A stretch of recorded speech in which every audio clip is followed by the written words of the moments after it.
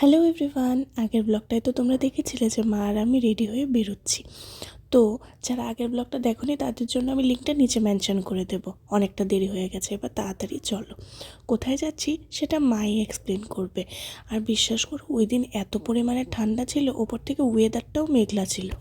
যেতেছে কই ভিডিও। কেলেগা আরে বাবা, কোভিড থেকে দিছে 99-এরইও যাইতেই পারতাছি না, মায়ের পরীক্ষা আর এই যন্ত্রণায় যাওয়া হয়ে যায় না, একলা তো আর যাইতাম না, যাওয়া হইতেছে না। আজকে ফাইনালি বাইরেছে, জানি কিন্তু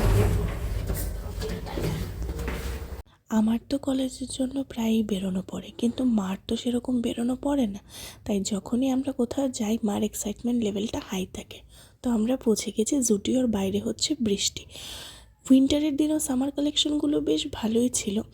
মাও এখানে কালেকশনগুলো দেখছিল, আর আমি একটা জিনিস নোটিস করেছি, উইন্টার সিজনে সামার কালেকশন খুব ভালো পাওয়া যায়।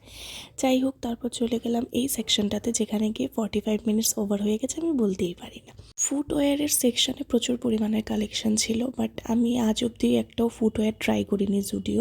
এরপর গিয়েছিলাম পারফিউমের সেকশনটাতে, যেখান থেকে আমি একটা পারফিউম নিয়েছি।